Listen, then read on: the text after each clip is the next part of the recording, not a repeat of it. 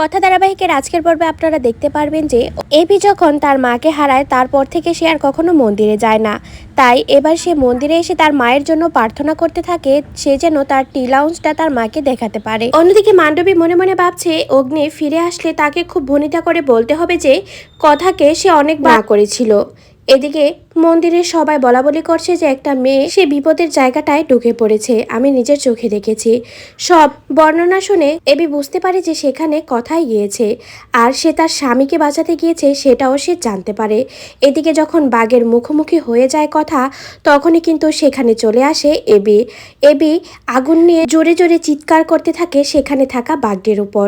সাথে সেখানের আরও লোকেরাও চলে আসে, সাথে করে টিন নিয়ে আসে আর জোরে জোরে শব্দ করতে থাকে যাতে করে বাঘটি ভয় পায় আর সেখান থেকে চলে যায়। কথা খুব ভয় পেয়ে যায়, সে জাপটে ধরে থাকে এবিকে। এক পর্যায়ে যখন বাঘটা চলে যায় তখন কথা সেখানে অজ্ঞান হয়ে পড়ে যেতে গেলেই তখন এবি তাকে কোলে করে নিয়ে আসে তাদের হোটেলে।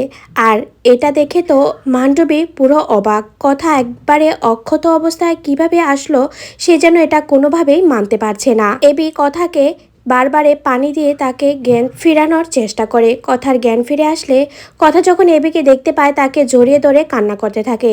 এবিও কথাকে জড়িয়ে সান্ত্বনা দিতে থাকে। মান্ডবী যেন আরও জ্বলে পুড়ে ছারখার হয়ে যায়।